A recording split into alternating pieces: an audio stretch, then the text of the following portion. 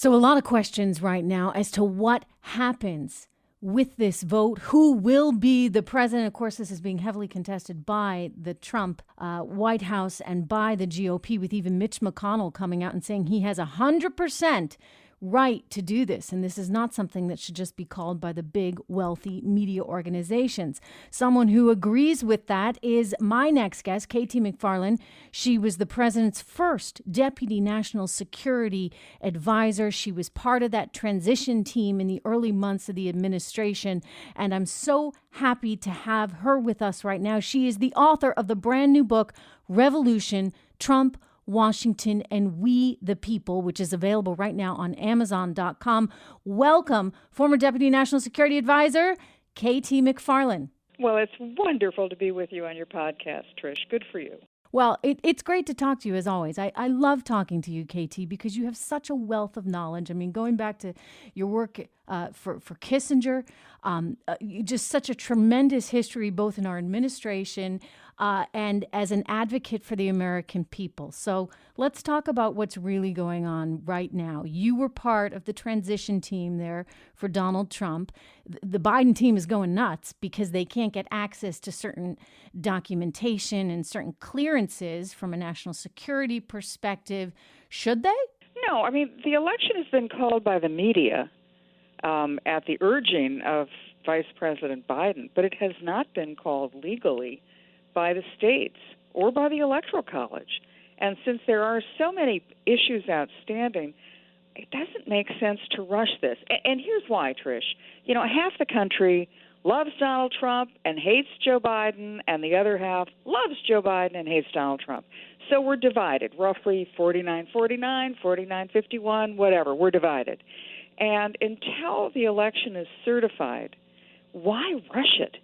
Because let's say, for example, that these appeals to the state governments, the attorney generals of a number of states have joined these lawsuits with the Justice Department to say that the election was rigged, it was stolen, there was malfeasance.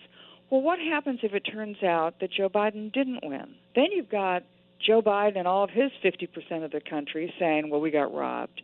And now, by Joe Biden declaring, well, I did win, you now have the other half of the country saying, I got robbed.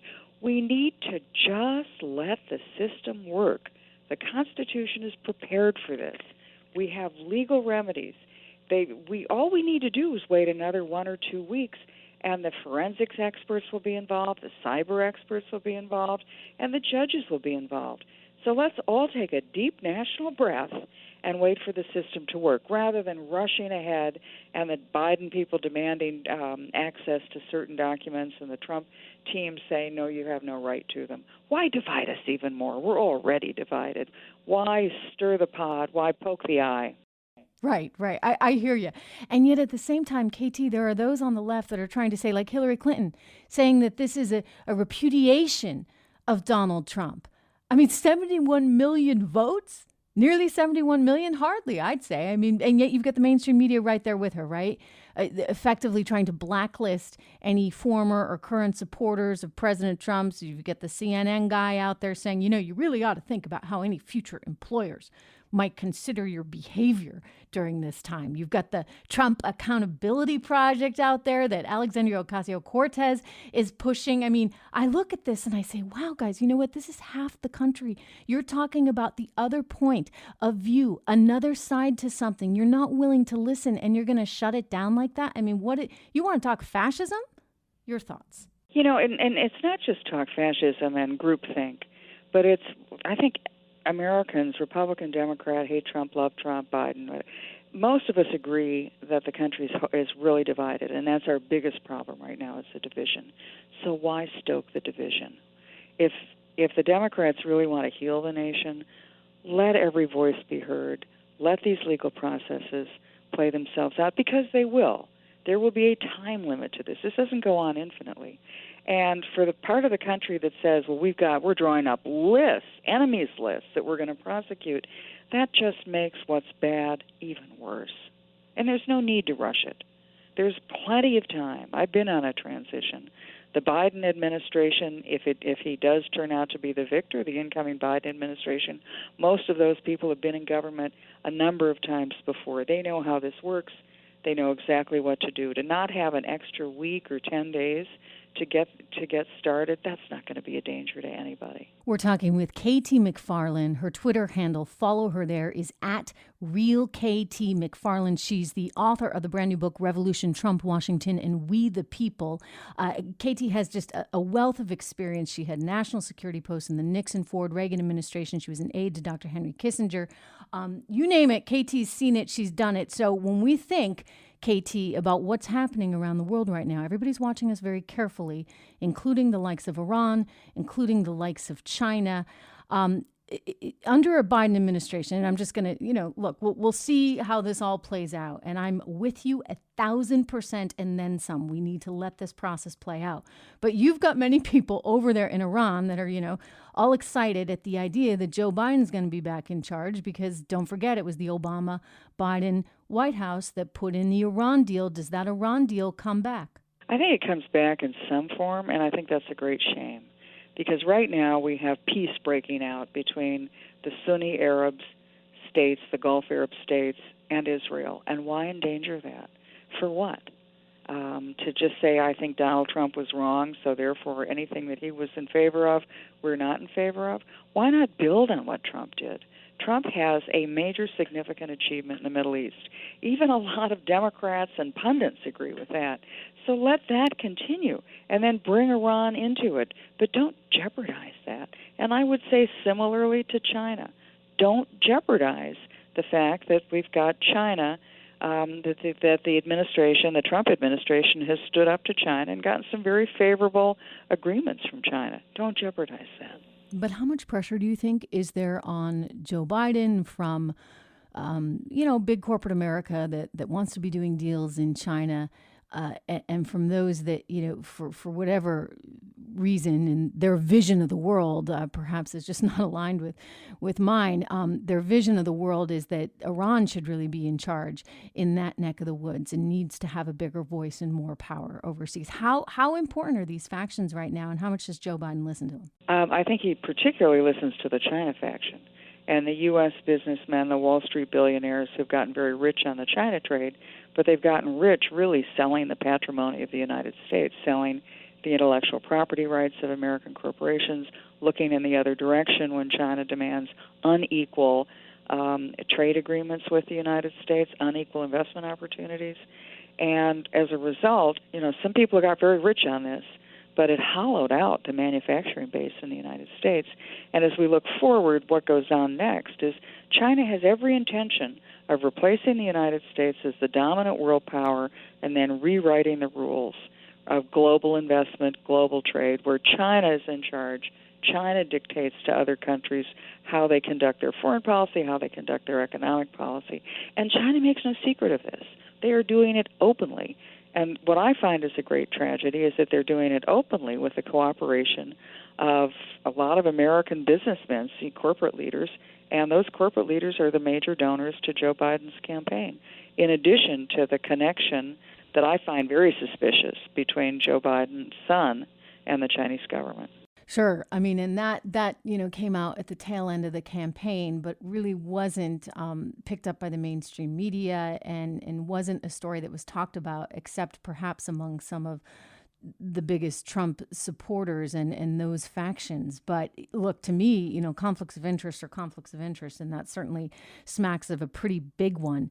But in terms of China, China, wow. When you look at KT, what they're doing all around the world, right? In terms of gobbling up natural resources in every place from, Africa to Venezuela, and making what I would call pretty predatory loans where they offer, right, to maybe put in some new infrastructure in one of these countries at a pretty onerous rate of return. And when the country can't pay it, suddenly they're taking over the harbor or the port or anything else that benefits China. And we're sort of, looking the other way. Now, I'm not someone who believes we need to be tinkering where we shouldn't be tinkering. We don't need to invest that much of ourselves. But when you look at how China's doing this in such a strategic way, I do question where the U.S. is in terms of its hegemony down the road. What do you say? Yeah, I mean, you're absolutely right. So China has this plan to be dominant in a number of areas.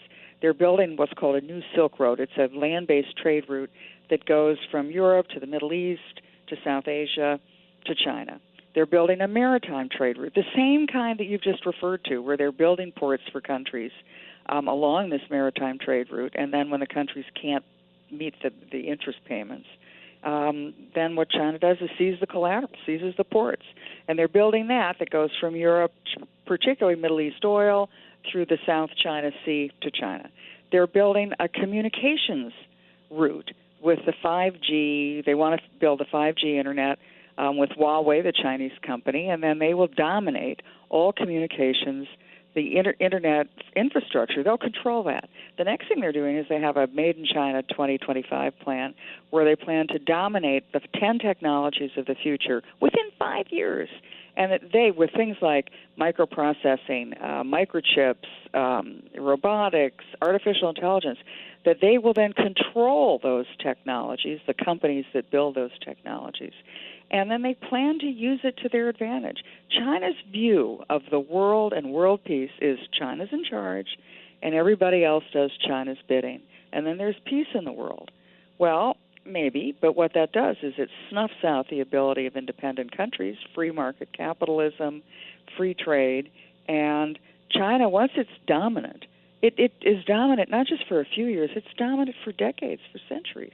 And that's what the Chinese intend to do, and that terrifies me, because once that happens, we don't get it back. It's over. America's days, not just because I think it's so important that America is the big superpower in the world, but I think the American way of life, American prosperity are important. And with China as the dominant world power, those are all at risk. Okay, so here's when I say to myself, well, isn't the deep state supposed to be working on this? But it turns out the deep state is too busy, trying to frame people that they didn't like. And look, KT, I think you know this better than anyone. And again, I encourage people to read your book, Revolution, Trump, Washington, and We the People, because KT had a pretty horrific experience herself with the deep state, shall we say. But, KT, I mean, this is one where I look at it and say, aren't there people within government that are kind of guarding against this sort of thing? And shouldn't that be the continuity from administration to administration rather than, trying to take out the next guy?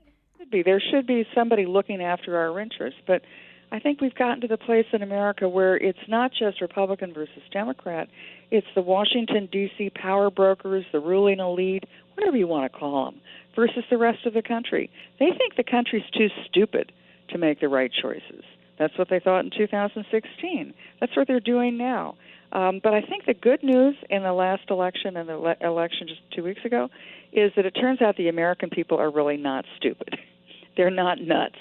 That even though Donald Trump may not have been reelected, he may have, but he may not have been reelected, but what was very clear was Trump's policies in the candidates who ran on the Trump platform for Senate, for Congress, for State House. Those people all won, and they won resoundingly. Yeah, to me, it's not that hard, right? Like, we're not talking rocket science. You're talking about some pretty basic stuff. And so when they think that people are dumb for believing in the basic stuff, it's like they've convoluted it. They've twisted it into something that really doesn't make sense to your average person. And, it's like it's the economy, stupid, right? I mean, it really does come down, doesn't it, to brass tacks. And Americans, I think ultimately they know in their hearts where they want to be and where they are. Yeah, and I look at the deep state or the Washington ruling elite. The problem was not that they were in charge, but when they were in charge, they got it all wrong. I mean, hopeless wars in the Middle East that we couldn't win, and we spent trillions of dollars on them rather than rebuilding America. Or overregulation of the energy industry. What did that do? Energy prices went sky high. We're dependent on the Middle East for energy rather than our own energy sources, and American business wasn't competitive. So these guys are not as smart as they think they are. They've really screwed up the last 20 years, and that's why I think it was refreshing to see Donald Trump, warts and all, personality flaws and all, really kind of smash through that groupthink that prevails in Washington and showed a different direction. And the fact was that he was very successful. Peace in the Middle East, standing up to China, American economic success, that was legendary. I mean, historic economic success, and not just for the upper middle class or for the Washington elites or for the Wall Street billionaires. It was economic prosperity for the lowest rung of the American socioeconomic trait. So I think that, in fact, the American people are pretty smart, a lot smarter than the Washington people. And like you said, and said much more succinctly than I am right now, it all comes down to common sense. American people have actually a lot of common sense. The guys in Washington, not so much. Not so much. Does it live on, KT? Does it continue? In other words, even if Trump is not successful with 4 more years, how does this movement go forward? Okay, so I think this is the big issue, is how do you keep Trumpism alive without Trump? And I think it's very possible. As I said, we have seen victories in the House, the Senate, in all 50 states where the policies were important. I've been at this game for 50 years, and here's what I think is likely to happen if Joe Biden is the next president. They'll overreach. Their progressive, far-left, socialist agenda. And, Biden and his people have refused to condemn socialism now. How nutty is that in a capitalist society? So I think they overreach, and then in 2022, the American voter says, enough of that. And my guess is that they put the House and the Senate in Republican control. And then in 2024, there's a different Republican candidate, maybe somebody who's more inclusive, less divisive, less, ruler against the chalkboard kind of an approach. And then I think the Republicans take the White House in 2024. And the movement goes on.